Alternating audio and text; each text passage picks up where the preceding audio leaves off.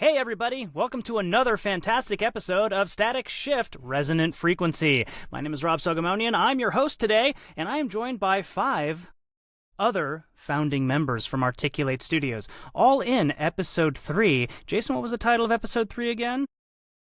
Episode 3 is called Nightcrawler. Nightcrawler. I love that favorite title. Marvel character. Just Ooh, saying. Yeah. Mine's actually Wolverine because I'm about the same height as him and just as hairy. All right. I'm going to go ahead and I've introduced myself. I'm Rob Sogomonian. I'm here in the San Francisco Bay Area. Let's start with Aaron. Aaron, introduce yourself. Real quick, I'm Aaron Sokalski. I am Florida man right here on the East Coast. I am a voice actor and audio engineer and a very happy, proud founding member of Articulate. I love it. Jennifer, why don't you go next? Hi, I'm Jennifer Kellams. I live in Palm Springs, another founding member. We're all founding members of Articulate here. I don't know what to say. I'm here. I'm excited to be here. I love doing this podcast series. It's so well written and such an amazing thing to be a part of. Yeah, Static Shift is amazing. I can't wait until next week's episode. The Halloween episode is my favorite, but we're going to get to that next week. Danielle, why don't you introduce yourself? You are the newest person to join us on our Resonant Frequency podcast. Tell us a little bit about yourself. Oh, I am Danielle. I am a voice actor, obviously. One of the founding members of Articulate, which is such an honor, and I'm so grateful for this group of amazing people, very talented people. I'm a mom of 2 small children, which is a lot, as well as voice acting. I pretend to be the mom of everybody in this group, but, all in good fun. She keeps me in line. She's the one who's like, stop it, Robert. I know, my Can classic. confirm, yes. Yes, whenever somebody gets out of line, I say their name, and for some unbeknown reason to me, they listen sometimes. It's that mom voice. It is You're the the ultimate mommy mom of our voice. group. Mom energy, definitely. So it's going to be my goal during this episode of Resonant Frequency to have Danielle give me a Robert. So we're going to see how I'm not going to go as crazy as I do during our private sessions because we're going to keep it PG-13, but we'll see what I can do. Listeners, Jason. you're in for a treat if Boy. if Rob You let them earns know a there's Robert. You let them know there's private sessions, Robert. Oh, yeah. Well, they already knew that we were doing. Robert. That was That was a Tiffany Robert. My It's Yeah, but you'll coming. notice I'm not cowering from Tiffany. No. Yet. I cower in fear when Danielle says my name. We all Jason, do. why don't you introduce yourself? You are the showrunner of Static Shift, so tell us a little bit about yourself. Well, I am an American voice actor, raconteur, and drinker of coffee. I live on a ranch in southern rural Oregon, and I love it here. It's very spooky. The other night I did hear what could possibly be Bigfoot, I think, or dogs, down the valley a ways, but also it could be Bigfoot. So that's definitely exciting. Bigfoot. Yeah, Definitely my money's on Bigfoot. Bigfoot. And Tiffany, Definitely. last but certainly not least, one of the driving forces behind Articulate Studios, does all of our graphic design, keeps a lot of us pointed in the right direction. Tell us a little bit about yourself, Tiffany. Yeah, voice actor like everybody else. I also do a lot of other stuff. I have a full-time job where I am a business manager for a 3D printing company, and I do all kinds of stuff. But yeah, happy to be here and contributing to this group and this project because you guys are my favorite. And you are Aw. our queen. 100%. You really are. All I hail wish my Queen hands Tiffany. would form into that heart, but they don't. They just don't. Yeah, I got- see mine. No. Mm-mm. Yeah, I got small hands, so they don't. It's just a circle. What's the young folks doing? The Oh yeah, like it's like that. like Like, yeah, I don't know. I feel like I have it's- gremlin hands when I do that. Like, meh. Something. Well, it's fun fact, I weird. have like a broken finger. My middle finger on my left hand's broken because I broke it when I was, 4, playing monkeys on the bed. Anything to do with like curling my fingers, it doesn't work real great. This is That why is we actually. don't have monkeys jumping on the bed. Yeah, don't. Your brothers will shove you off and you'll break your finger. What jerks? I just feel threw a like the stuffed- song itself warned us about that. Yeah, we all thought it was fun and games, and it is until someone's crying. Someone breaks a Yeah. finger. Yeah. Yeah. Yeah, I think- just I think threw I this- just threw a stuffed animal at my sister, and it had a hard nose, and it gave her a bloody forehead. And then I got Yeah. in trouble. Oh, I've had But no broken sunglasses like stuck in my head because my brother hit me over the head with sunglasses. It's great. Ow. No, we had. Ow. Yeah. I have all sisters, but we would wrestle the boys in our neighborhood to prove we were stronger, and we would win because we were determined. I have no doubt. I have no doubt that your sisters are the ones who were like, you're my husband now. And they were just like, yep. Well, no, it was funny because we would set up, play weddings in our yard. And then there's one point where one of the other girls, she would she was like saying, "And now do you so and so take so and so," but she was using their real names. And her sister is one of the neighbor girls was like, "Don't use their real names. We don't want them to actually get married."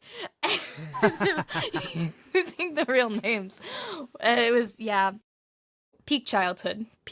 But you proved my point. The girls were the ones holding the weddings, and the guys had no say in the matter. So I love that. It's empowerment. It's they perfect. would stand there. They wouldn't run away often. Sometimes, but not all the time. Yeah. Mm-hmm. So And now when they everybody did, knows you why we're lasso 'em. terrified of Danielle, which is great.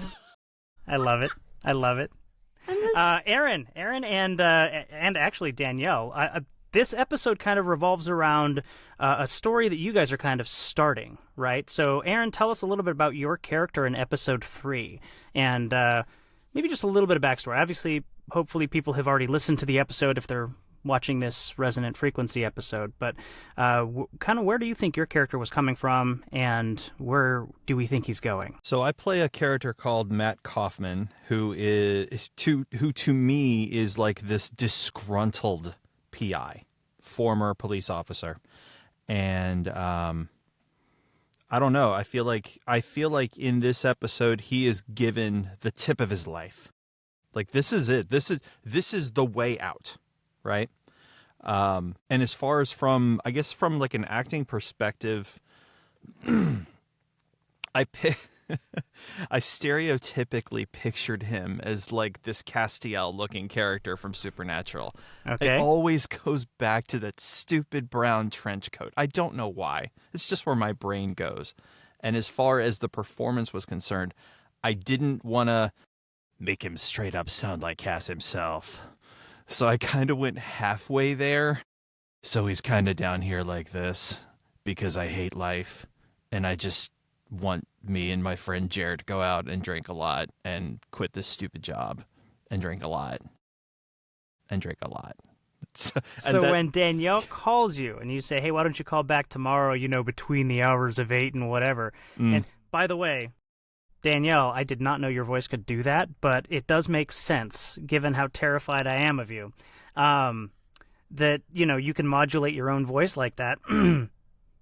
Yeah, Tell me a little bit about the info that Totally. you're bringing to Aaron, to his character. So, it's definitely not like my voice was edited after the recording. Definitely not. I can totally modulate my own voice like that from my throat. But no, yeah, it was really cool listening back to the episode and hearing my voice modulated like that. I was like, wow, okay, props to the editing team. But yeah, my character is literally, even in the script, I just had to double check. My character's name is Phone Voice. So I love it. very little is actually known about the origins of this character, but it definitely is a character that is well informed, that has knowledge of some things that are happening under the surface, and is using Aaron's character, Matt, to get proof of photographic evidence, which is very interesting. And apparently this phone voice is very well funded. So it definitely raises quite a bit of questions as to where this phone voice originated from, what their goals and intentions are, because the episode kind of doesn't specify, so it's a bit of a mystery.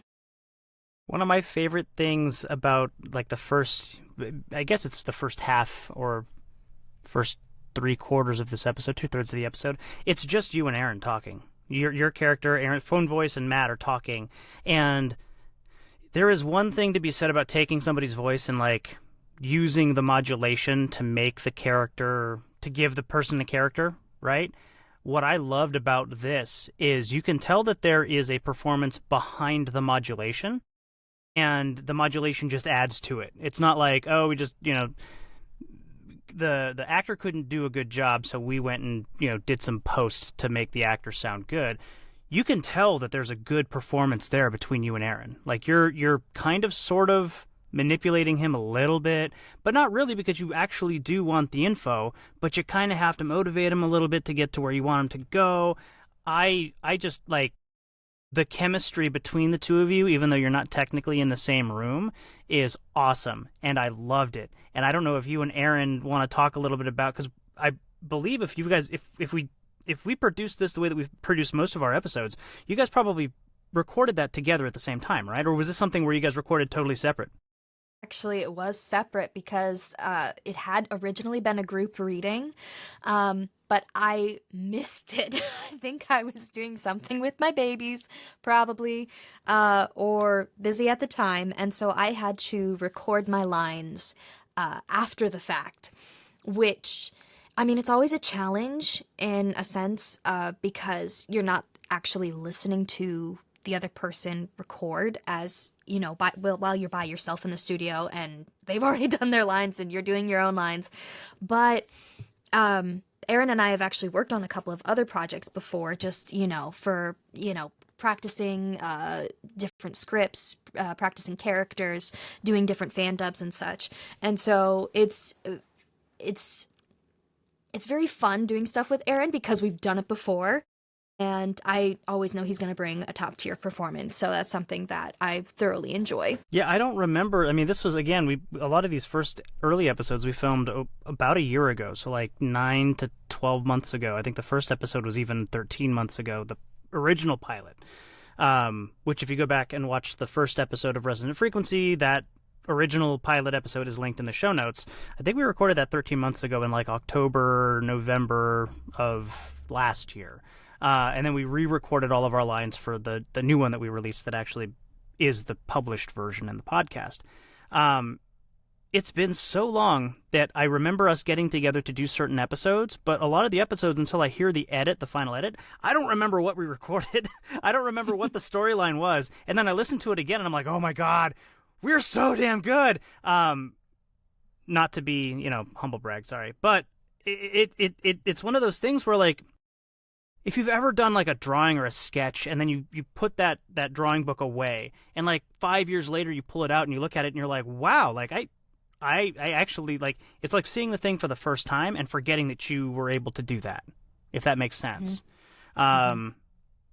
And I can't think of any other things that have that kind of a context, but it's beautiful going back and seeing some of this. I do remember getting together to the point of the story. I do remember getting together to record this episode. I don't remember that you weren't there, but now that you said it, I do remember that you weren't there. But I don't remember how Aaron went about recording his lines. Did we have somebody playing the phone voice for you? Was Jason standing in, or was I standing in, or something? Jason was standing in. I was standing in, yeah. And in fact, while I was producing this episode, I had Danielle's lines, but I had also recorded the lines that I did. So just for fun, I went ahead and produced that up. So there is floating around out there, and by out there I mean on my hard drive, a version where I'm doing the phone voice. But hers is much, much better. So, yeah, we definitely made the right decision. And now Danielle has a phone voice credit on her resume. Yes. Now, Aaron, I'm curious. Going back to kind of like your character's backstory, it sounds like Chief McCracken is the one who somewhat kind of forced you off of your police force. How much backstory did you put into that? Any thought into that, or were you just acting on emotion and basically being like, well, if I had gotten kicked off, here's how it would feel, and then you did your performance? Or did you and Jason go and actually start talking about maybe some backstory there? like, why was he kicked off the force? Was he getting too close to something? I'm the conspiracy theorist of the group, so I'm always digging for more information. What I had to do at the time was put myself in the moment. So kind of the way we had discussed this on a couple previous episodes, this goes back to that stupid Donnelly house. I put myself in the PI room. You know, I at the moment, I hate saying it like this, I wasn't really too concerned with Matt's background. I was more like, have you ever seen The Flash, like on CW? Mm-hmm. Okay, remember Ralph Dibny? Yes. I was in Ralph Dibny's PI office, right? Gotcha. Sitting at the desk, okay, at that stupid, nasty old desk of his, and I'm on the phone with Danielle, the phone voice, right? And that's where my brain was, you know. So I'm kind of like I'm reacting to what she has to say. Now for the life of me, I think, because you're right, it was a while ago. I think in my head I was reacting to the ridiculous amount of money being offered to Matt at the time. It's like, you're giving me how much? So I have a way out, and I think that's where the driving force behind that particular. I don't have a vocabulary. I'm sorry. That's where my head was. It's all good. I love that, actually, because it kind of goes like, there's always different ways to approach a scene and different ways to approach a character and different ways to approach the emotional state that you want to be in when you're performing. So it's kind of just demonstrating that you don't need to go to the lengths all the time to really like flesh out what happened necessarily before a scene. You can be in the moment and be like, I don't know who you are. Yeah, I've got history with McCracken, but holy God, that's a lot of money. Like, right? I mean, and that could be your driving motivational factor for that scene, which, I mean, I want to know what happened between McCracken and Matt. So you got that out of me, which is great. And then the phone conversation kind of ends, and we switch to Matt calling his friend, who seems almost like an acoustical engineer or like a spy. Jason, I don't know if you want to... Well, my vision for Jennifer's character in this episode, who's called Jerry, is that she does have a technical background, but she's currently working as his assistant. So I think in terms of life situation, I think she's a little bit in a similar place to Matt. She's capable of doing a lot more than what she currently is. Now, I truth be told, I hadn't fleshed that part of it out yet at the recording of this episode. But my vision for her was that, you know, she's working these jobs with Matt, and everybody knows that what they're doing isn't, like, it's barely covering the bills, and it's kind of dirty and yucky, and it's not fun.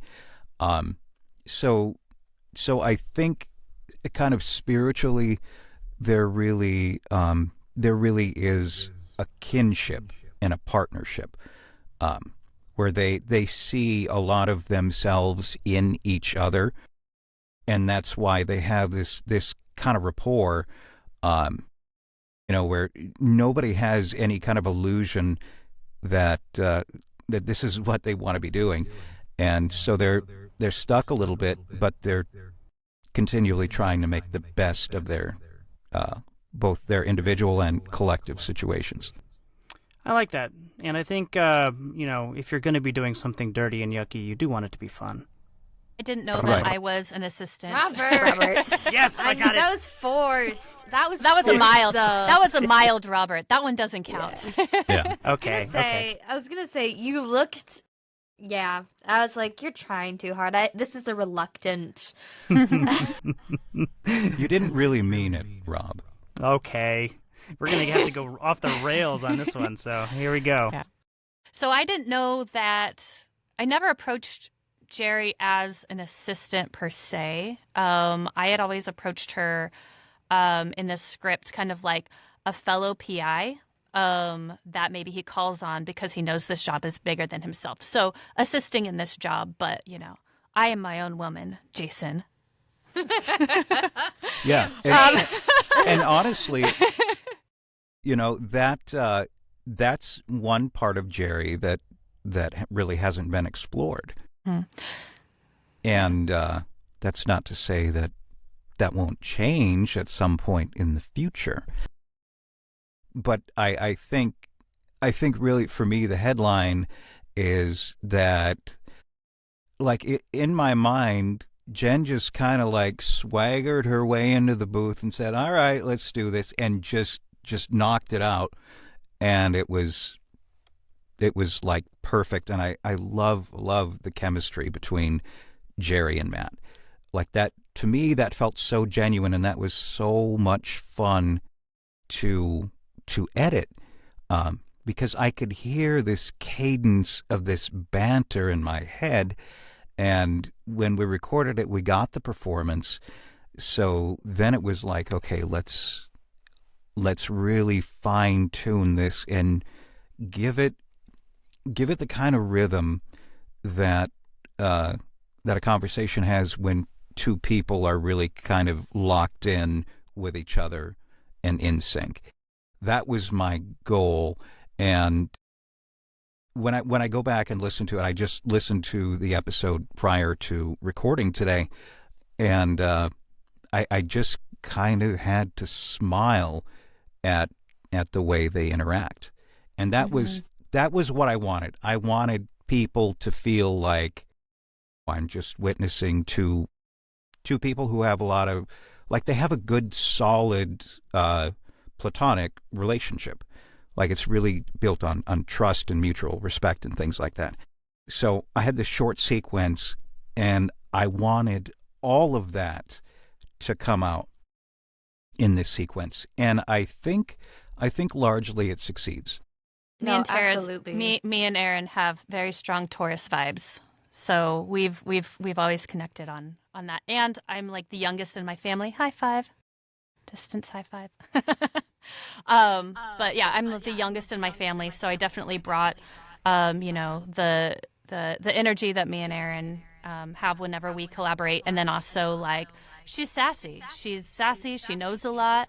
And I was just like, how do I act by myself? Aaron, did you want to add on that, or were you literally giving her a high five? Yeah, so a couple episodes ago, I had mentioned that I'm pretty sure every founder in this group probably can handpick 1 to 3 people they bounce off the best.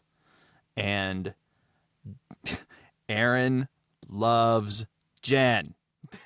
It's just, she's one of those people, because Virgo's like me and Taurus is like her. Yeah, she stuck with me. So the banter between Matt and Jerry for me was so easy, because I went into it thinking, like, Jerry's that friend from 25 years ago. Like, they went to college together. He dropped out. She graduated. They met up 2 years later. She's his wingman. I'm her wing girl. We're just bros / gal pals, and it's been like that for 25 years. And we probably at like somewhere around age 32 made that decision. You know what, Jer? If you and I are still single at 60, let's just get married and buy rocking chairs and say screw the world. And she probably said yes. I love that. That's Matt and Jerry for me. Because that's probably me and Jen. If we find ourselves single at like 65, we're probably going to like buy a cabin at the top of a hill, sit back on our porch, and watch the world burn. You say as we're both very happily married. Yeah, exactly. But like I said, yes, because that's fantastic. That's what Virgos and Tauruses do. Earth signs, baby. And the reason I bring any of this up, and I'm not trying to like call anybody out for not having a backup plan or like a backstory built or anything like that. The reason I'm bringing this up is I'm sure there are people listening to this behind the scenes look at Static Shift and saying, man, I really would love to jump in and start my own audio drama or my own podcast or my own whatever. I just want to start narrating a story. How much of this do I actually have to have nailed down? It's like you don't. Just start, like do something. You'll build the backstory as you go. Aaron will, get the script. He'll look at it. He'll be like, okay, cool. How am I going to react to this in the moment? We don't have any backstory yet.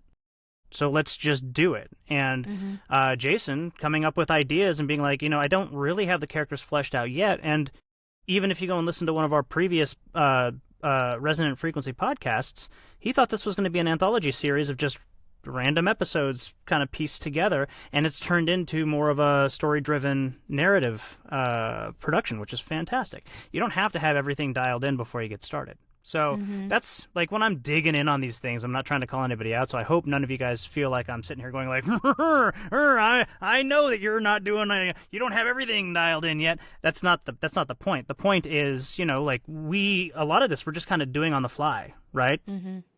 Yeah, no, definitely. Like with even my character, like I don't even have an official name. Like there's no instructions telling me exactly what my motivations are or anything like that for this character that I voiced. And I had to make a choice and go with what felt right in my gut. Like just analyze it, read the instructions, read the conversations, and be like, all right, I'm making a choice. I'm sticking with it. And you got what came out. So which is that's amazing. how it works. By the way, thank you very much. Even this podcast, the behind the scenes podcast, everyone here was like, hey, we need a script. We need like talking points. And I was like, no, we don't. We're just going to YOLO this. And we've been YOLOing it ever since. And they're coming out okay. I mean, could we make it a little bit more directed? Probably. Is it going to help? I don't know. Maybe we'll try it in one of the later episodes. But I just think shooting the shit is great. So I think 2 points that I want to convey concerning this is, number one, like if in the future, if I'm ever asked, why'd you get into voice acting, right? My number one answer and advice to anybody is going to be, you just got to want it. You just got to want it. You got to want it, and you got to want it bad enough. It starts with, you just got to want it, period. 100%. There's nothing after that. Because this isn't easy. Right. And not for the money. No. Not for the money. You can want money. You can want fame, or you can want to be like somebody who came before you. But if you just don't want it, period, then no. Number two, throughout Static Shift, I have unwavering faith in our director. I have unwavering, like I can't emphasize this enough. He is the maestro for a reason. No pressure, Jason. And one of my coaches that I'm working with, one of the things she always emphasizes, especially to newer talent, is follow the directions. It is so much easier to follow the instructions if you have unwavering faith in the people who are directing you. And look at how far we've come in Static Shift with just 3 episodes. This story is amazing. I'm so happy with how it all turned out, and it's all because of that guy up there. And this already is my favorite. This is his baby, and it works. And this is my favorite episode of like the canon. I mean, we're not talking about any of the other ones yet. I'm not talking about any of the other ones yet. Stay tuned next week. But of the canon ones, I love this one because the other ones kind of like set the tone, set the background. This one really starts to set. This is what's going on. Like starts connecting things. Yes, and I love this one because you finally get to like pull back the curtain and be like,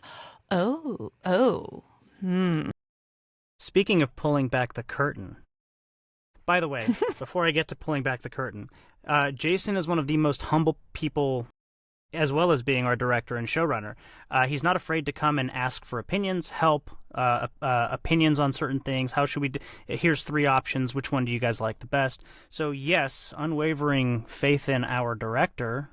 By the way, Aaron is also going to be in the director's seat next week. But trusting them, but also trusting that they're not like dictators, right? Like maybe, I mean, Jason wants to create the best show he can, and so he's not afraid to come to us and be like, yeah, I know I'm putting this together, but what do you guys think?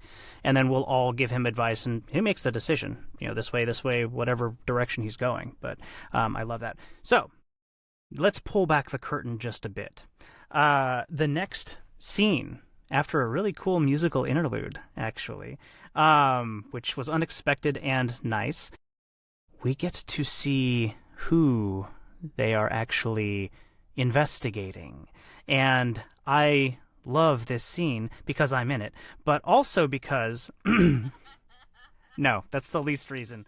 But Marcus Roberts makes another appearance, our other founding member who's not here with us today because he's got some medical things that he's going through that we're not going to get into here. But Tiffany also makes an appearance in this kind of closing scene. We get to learn a little bit about her character. Tiffany, would you like to tell us a little bit about the doctor? Dr. Petrovich? Yes. Yeah, she's got a lot going on. And she, in this particular episode, comes off as needing help. Yeah. But she has a lot of things up her sleeve. And I like that this is just the first taste we get with her. And I'm honored that I get to play her. Dr. Mom has got it going on. Okay. Robert! There we go. Yeah. Yes. There it is. As far as like backstory on my character, I mean, everyone, you have like this huge world built behind your people. I did none of that. I let her be who she was in that scene.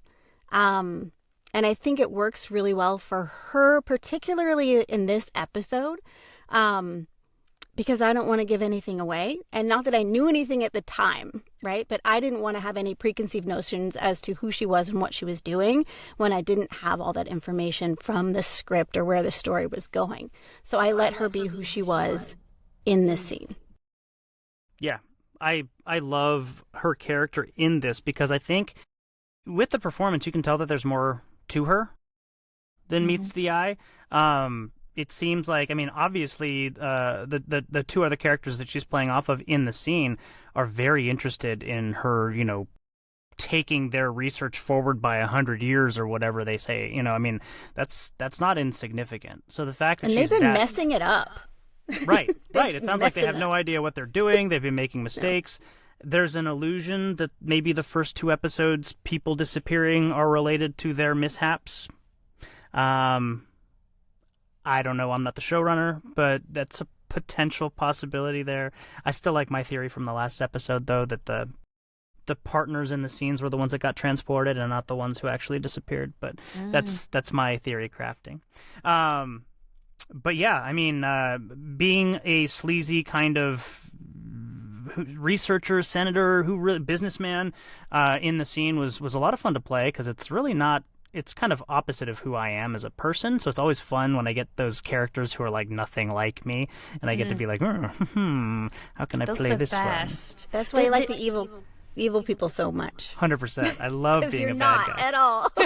I know. You do a great job voicing him. I feel like, honestly, the characters that are the most opposite of our natural personalities can be the greatest challenge or the most fun.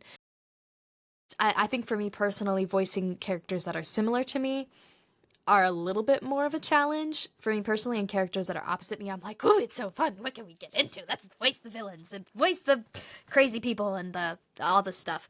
Yeah, it's fun. It's very fun. I agree with that. The people that are closest to who I am, I have to be careful with, and I actually overthink them quite a bit because I want to make sure that they're different enough, but I'm also like, well, they're kind of just like me too. So I overthink them.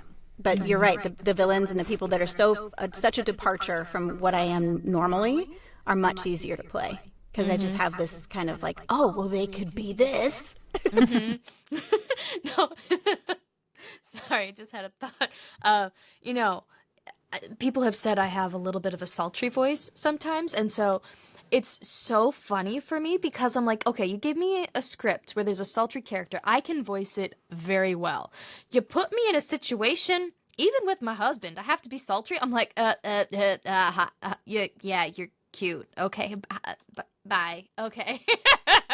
Same. Like, most uncomfortable thing to do for people that I know and love. It's like, no, I'm not doing it. That's kind of adorable. That's kind of adorable. Yeah. You give me a script and I'm like, oh, well, the script says I have to. So Well, and it's, I don't have to think of the words. It says, oh, you sexy thing, you. Okay, I can say that. The lines are there, but I have to think of words. I'm like, your face looks good on your head. Okay. That's a good line, actually. Write that one down for the future. Yeah, but that Great could also pickup be line. a very, very villain line. So it's like, in the right context, you got to be careful with those flirty lines. They can be turned around so fast. Your face looks good on your head, but it would look so much better on the floor. Robert? Robert! No! I knew you were going to Well, go that's- there. kind of like what we do in some of our script workouts when we work out together is we'll have one script and everybody will take it differently. And some people take it fun, like My Little Pony style, and other people take it like evil, horrible, psychological thriller. Like, it goes both directions. Can And never then listen sometimes to it goes the way like people should belong on a list. Yeah. But then even more fun. I was going to say I could never listen to a hand lotion commercial again. But then even more fun is when you take the same script with the same actor and you have to do it both ways, because I think that so pulls you out of what you're used to. Like there are certain reads and I'm like, oh, I can do this like half asleep and blah, blah, blah, blah, blah, blah. And then one of you guys would be like, all right, and now do it like this. And I'm like, do what? What? Who? Okay. Do this like Dick Tracy? Let me go back and think about that one. One of the things that always comes to mind when we're talking about two takes or any kind of takes and trying to do it totally different. Have you all seen True Lies, the movie True Lies with Arnold Schwarzenegger? No. Been a minute. No. So Danielle, put it on your list. It's an excellent movie, and it's legit like a good movie. It's got comedy, it's got action, it's hilarious, it's great. It's one of my favorite movies. And don't not watch it because it's one of my favorite movies. It's legit a good movie. But I was going to say, there's Arnold Schwarzenegger's, his movies are usually pretty funny. it's really good for an Arnie movie. Like, you think an Arnie movie, you're like, okay, like, you know, it's going to be cliche and kind of meh. It's like, it's really good. Anyway, there's a scene in the movie where he hires a voice actor, and he works for a government agency, and he hires a voice actor to do a script of essentially trying to seduce his wife back. Because he's a secret agent, he's never home. She's starting to kind of like, she wants adventure, she wants excitement, she wants to, you know, she doesn't want to leave him or anything like that, but she just is looking for something else to do that's more fun. And so he's realized this, and now he's trying to kind of entice her into his secret agent world. So he hires a voice actor to do like a now take off all your clothes, you know, like doing a French accent and like doing like a sultry kind of a thing. And then the scene that they play it out in, he's in a room, the lights are down low so you can't really see him, he's in the shadows, like, you know, kind of like this, so she doesn't know that it's him. She comes in in like full-on mom dress-up clothes, like super frilly, you know, neck and big old arms and stuff like that. And as she's walking to the room, she realizes, no, like, I gotta be sexy, right? Like, this is fancy, but it's not enticing, I guess is the word that and this is me mansplaining like women thinking, so I'm sorry if I'm getting this wrong, but she tears off all the frills and it just becomes like a black slip dress and it looks phenomenal. And then she goes into the room fully expecting to play the part of being the seductress for this like arms dealer that she's meeting, who's Arnie, who's not an arms dealer. He's just trying to seduce her. They're trying to seduce each other, but the scene plays out so hilariously, and he's just using a tape recorder to play back the voice actor's lines. It's amazing. It is so amazing, but it goes right into like, if I had a tape recorder and I could take it on a date with me or something like that, and I could just click the button and be like, your eyes reflect the sun so beautifully, or whatever. Like, I would never say that myself. It would never occur to me because I'd be so flummoxed by who I'm looking at to be able to think of that on the spot. But if I had like a soundboard of things that I could play, it would be perfect. So anyway, yeah. Little aside there, sorry. No, you're It'd good. be so great if we could have our life scripted out for us. It would also be not least fun. I Or At least these know. interactions.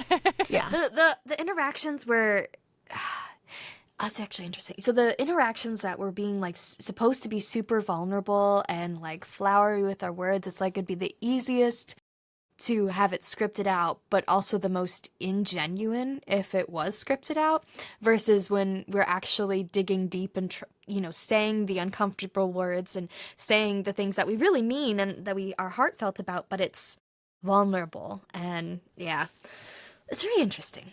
That's why writing and poetry exists. That's why audio dramas exist, because people want to put these stories, these interactions, these things into something, right? That's why people take the time to sit and write, because there's more to it than what you can imagine you could say in the moment. Mm-hmm. Yeah. Yep. I love that. Anyway, I just thought I'd bring that up. Getting to kind of the end of the episode, Aaron and Jennifer, your characters have seen something, number one, through the telephoto lens that you're using to take these photos. Number two, Jennifer's got her parabolic mic, and it was able to pick up their conversation at this distance. And so you guys have seen and heard things that have made you kind of question yourselves. What mindset were you in for that part of the conversation? And I know, Aaron, you like to kind of, and again, I'm not trying to call you out if you hadn't given it any thought and you just had an emotion that you went through, but I know you like to place yourself into the scene. So what had you seen from your perspective as Matt to make you kind of question your reality in that ending section? And I know we recorded this like 9 months ago, so if you can't remember, I totally understand, but I just think that's always an interesting question. I feel like we need to ask another question before we go here. Sure. I do. Because I listened to the episode again during my walk yesterday, and for the life of me, I have no clue as to what in the blue hell is going on. So I think the appropriate question here should be to Jason, and it should be to the lines that specifically say, was that a factory or a school? Was that a kid? Because audibly, we have no idea what in the freak just happened. We had no sound effects. We had no laser, like nothing. There was nothing cueing us as to what Jerry and Matt just saw. All we heard were these. Was it the senator and Dr. Petrovich? Like we heard the conversation, right? And then the conversation basically ended up in prove it, right? So now things need to be proven, right? And then Dr. Petrovich is like, oh my God, so something horrible just happened. And we have no audible cue to let any listener know what just happened. And then you have these questions. Was that a factory? Was that a school? Was that a kid, right? How do those three words, factory, kid, and school, play into prove it to me, right? So I think we need to ask Jason what the context here is before we answer how we felt. Like, Jason, what the hell happened? Pardon me. Nobody knows. No, I'm not going to do that. That would have been so great. You would have figured out how to beat me up through a Riverside call, and justifiably so, I think. No, that's the next episode, Jason. Oh, okay. We're saving that. Good. So, and this is to be totally honest with you. When I wrote this, I didn't know what they were looking at, and the script actually, some of those details got changed as I was making revisions of the script. So you got to remember, Matt and Jerry at this point are some distance away, but not an incredible distance away. and this isn't explicitly said, and maybe I should have added a line or something, but in my mind, they also had binoculars. So they were able to, they had line of sight that's there in the script. They had line of sight, and they see this file that is produced for Dr. Petrovich. So they're looking essentially through binoculars / a camera, and they see these photos. That was so my they're thought. 30, 40, 50, I don't know how many feet away. And it's not 100% clear to Matt and Jerry exactly what they're looking at. That's why, is that a factory? Is that a school? What, like it's some industrial or large scale type building. It's not a residence. It's something that was made to do something with a lot of people all at once. And there's something else horrific that they see. So it's not clear to them, but it's a moment of realization that, boy, what are we getting ourselves into? And that's why we hear that line at the end where Matt says, we're going to find some answers. Because he's, in the space of 24, 48 hours, whatever it is, Matt goes from being this barely scraping by private eye to, number one, having enough money to just leave that life altogether. Number two, he's about to get more information about what really happened to get him kicked off the police force. And number three, there's another thing happening that is much, much bigger than numbers 1 and 2. Now, and we're going to revisit all these characters too, right? Like this is the Static Shift has a story arc that's going to happen here in season 1. So yeah, absolutely. I love absolutely. That. And I can tell you that Matt and Jerry and Dr. Petrovich, we are going to be hearing from them a significant amount more, especially as we head into the back half of season 1. Love it. I love it. Aaron, did you have any other input on what you might have been thinking while you were doing that scene, now that we've asked the question of Jason and gotten our answer, or does it make it even more vague for you? I assumed this entire time what Matt and Jerry saw was a physical, mechanical demonstration. Like they actually witnessed what this delivery actually does. It never occurred to me that they could be looking at pictures in somebody's hands. I thought what we saw was a physical demonstration of something either shrinking, going boom, or being moved. That's what I thought it was. That's why I was listening for the cue, like where's the laser sound? Where's the turning on sound? Where is all this stuff? Because I thought, that's cool. It's always interesting to hear. That's what I assumed. Now, as far 100%. as the acting is concerned, I put myself in the woods. Like I imagined it kind of like that first episode of Castlevania Bloodlines, where you've got the group, they're in the woods, but the woods surround this enormous gala. Right? Gotcha. So nobody's going to see them because they're behind a bunch of brush and trees, and they've got their camera set up, and this is not Matt and Jerry's first ride.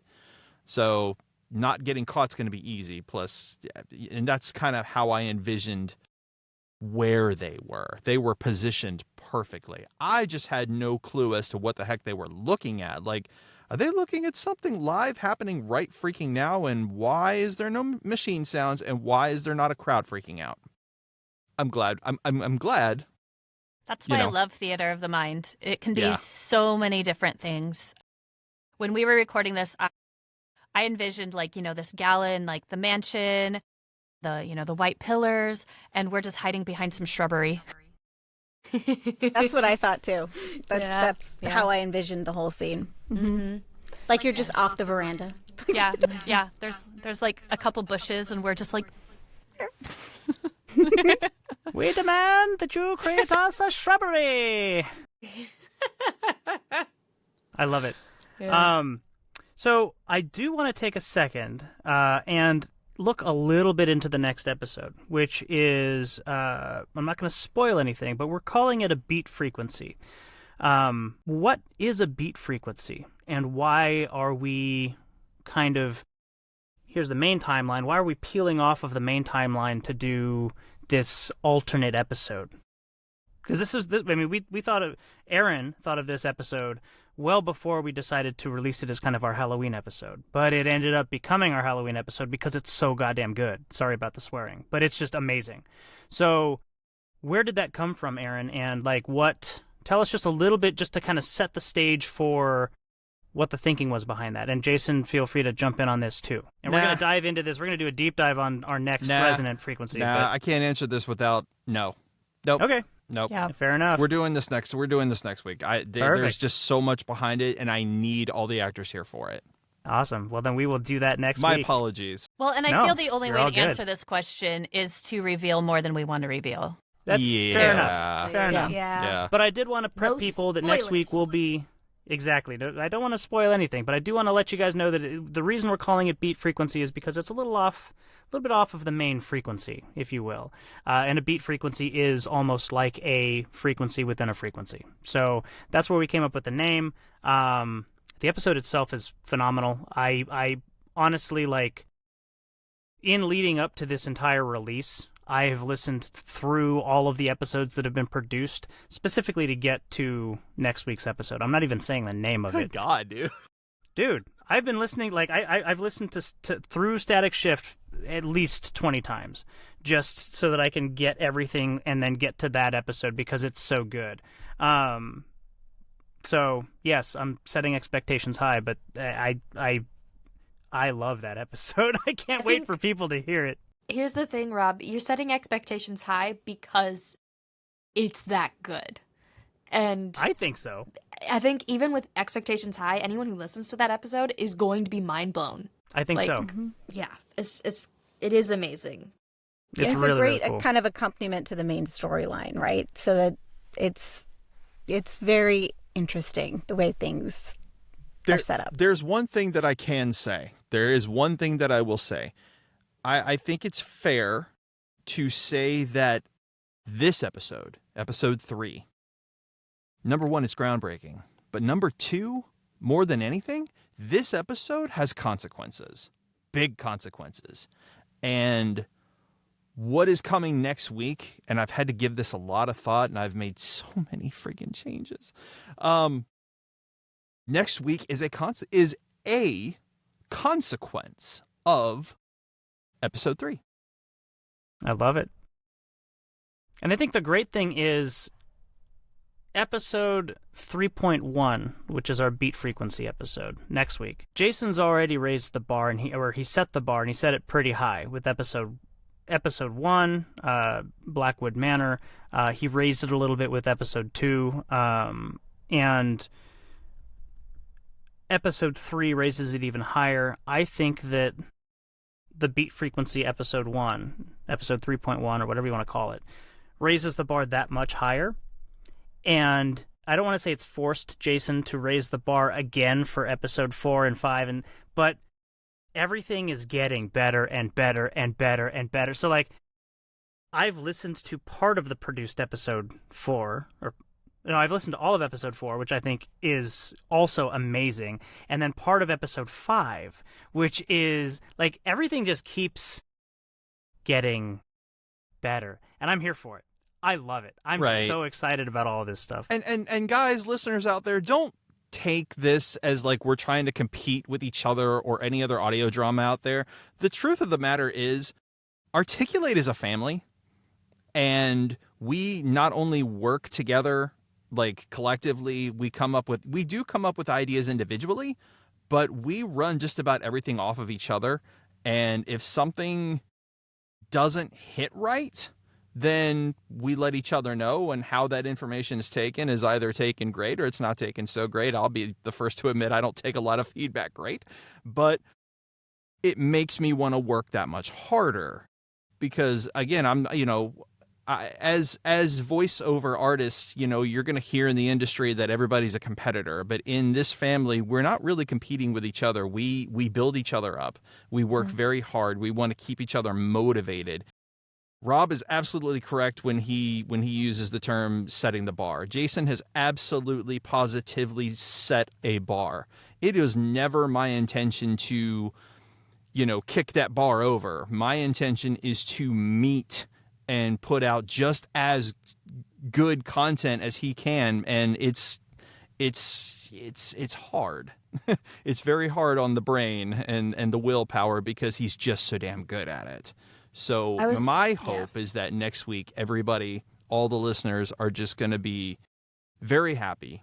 But also prepare yourselves. It has some more disturbing... I don't know how happy they're going to be after listening to that thing. I know, but I'm just saying, I also want to warn our listeners, please be aware that next week is going to be the first time in Static Shift that it does get a little disturbing. Gets a little dark, right? But It gets- there's a reason why it's right before Halloween. Mhm. There's Yes. a reason. Yeah. No. So listener discretion is advised. For sure. I'll be the first to admit I'm cautious with what I listen to, and I had to turn the volume down at points. But it's okay. But it's fine. It's fine. But something I wanted to say just about you're talking about the bar that is being raised with each of these episodes. And I just wanted to give credit where credit is due. Like, we started this so long ago, and to see where it is today versus where it started, obviously it's just going to keep getting better because we as actors are getting better. We are getting better at collaborating. We are learning new skills. And honestly, each and every episode has just gotten better because it's... the whole culmination of everything coming together is just getting better and better by increments, and it's amazing to watch. Like, I've been starting listening to the episodes as well as they're coming out, and it's insane to see, like, this is where we started, and to see what it is, and knowing it's gonna go even further. It's like, wow. We did this. We did this together as a group. Like, we collaborated. We put input. We've recorded. So somebody wrote, somebody edited, somebody directed, and it's absolutely incredible to see what our group is able to do when we work together. And I just absolutely have enjoyed every single minute of it. So it's been a blast. And to speak to us growing, I was telling Rob off camera last week. I think it was in episode 2. He had mentioned something just in one of our group chats, and he goes, yeah, I got so much better, and so I asked Jason if I could re-record my lines, blah, blah, blah. I was like, wait a minute. This is my little sister vibes coming out. Wait a minute. If you get to re-record your lines, I'm re-recording my lines. Jason, can I re-record my lines? But it's true. Like, when we first started, for me specifically, I put way too much effort into like EQing myself and trying to make my mic sound good. And when I went back, and again, you guys can listen. Anybody listening to this podcast or a Static Shift can go to the first Resonant Frequency episode, go to the show notes. I've linked to an unlisted video of our first pilot that we released last year when we first produced it as like a proof of concept. Jason produced it. We acted in it. And it sounded like I was recording in a box. Like my whole voice was like this, and I was like, hey, blah, blah, blah, and it just didn't sound good. And Tiffany sounded nice and crisp. Aaron sounded nice and crisp. I think I'm me over here, like, doing a pretty good job of acting, but I'm acting out of a bag. And I'm like, okay, so that I want to re-record my lines because now I've removed all that garbage EQ that I had going on, and now my voice actually sounds like my voice. I just want to act and get my voice in it and make it sound good. And then Jennifer did the same thing. I think Tiffany wanted to do the same thing. I think Aaron, Tiffany, and I actually got together and did another re-record of that episode because we all expressed, like, when I said it, everybody was like, oh, yeah, actually, I sound better now, too, than I did back then. And so we literally got together and just re-recorded that episode a couple months ago to like, put it together for the new... Because the progression was super, super obvious from that episode when we recorded it a year ago to episode, I think... We had recorded episode 5, and we had listened back to it, and I was like, I sound like just my audio quality is so much better between episode 1 and episode 5. I want the early one to sound closer to what we have now. So yeah, I just think that's. I mean, I'm glad that it worked out to make it a better show for sure. There's one tiny little thing I want to touch on before we wrap it up. Yeah. And it's kind of weird, but I think it goes to, and this is kind of like a self-discovery thing as I'm listening to other audio dramas while I'm doing my workouts or whatever, I'm walking or whatnot. Like, sometimes it can seem like during an audio drama, tidbits can be taken as a little overacted. And I'm not talking about way over the top yelling, like overacting, but sometimes a person could question, why was this said? Why is this line thrown in there? What are you trying to do? I'm learning that it has everything to do with context. It has everything to do with context. Maybe a character had to say something out loud, or something had to be in the script to give you, the listener, the idea of where you are or what's happening. Or maybe in your own life, if you were in this situation, maybe you wouldn't say that out loud. But we as listeners who are driving our cars to work or walking in the backwoods or whatever the heck we're doing, cleaning house, we don't understand what's happening. And sometimes maybe those cringy lines or unnecessary lines or over the top sort of lines kind of need to be there, because we need to, as storytellers, we have to make sure that the listeners have somewhat of an understanding as to what's happening. Otherwise, if you have zero clue as to what you just saw or think you saw in your mind's eye, you're going to lose interest. It's like, what the heck just happened and why? And you know what I mean? And I'm finding that out as I'm listening to more and more of these audio dramas. Right. Well, and that is, like you, I have discovered that through the process of writing Static Shift. I realized fairly early, I think, in the process that when you're doing an audio-only production, you have to be very deliberate and intentional about the dialogue, and there can be an awful lot of utility just in a throwaway line. But I was just I think it was last night, I was thinking about the idea of Chekhov's gun, right? From the theater. If you see a gun in Act 1, it better go off. It's going to go off by the end of Act 3. How do you do Chekhov's gun in an audio performance, in an audio-only format? So I think to start thinking about it in those terms, for me, in the writing process, that's really where it has to start. And I have to keep checking every so often as I go back and I reread what I've just written. What do I want the audience to know? And what device or technique am I using to convey that information? And then I guess maybe a third optional question is, how overt or maybe a little bit under the surface do I want that to be? So what you're saying is you go back after you've written something and check off that you nailed it. Wow. Oh my gosh. I see what you did there. Oh, man. Also, Wow. yes, to answer your question. All Thought right. we left the dad jokes to Aaron. Yeah, we got to save that for Articulate After Dark. We can Articulate after re-rate dark. the show and then you can start. True. That is true. All right. Does anybody else have anything else to add? We've been going for just over an hour. I know we all have other things to do. I don't want to keep anybody else here for any longer than they need to be. Anything else to touch on for this episode? Next week is going to be a lot of fun. I'm very excited for next week. But for this episode, anything else?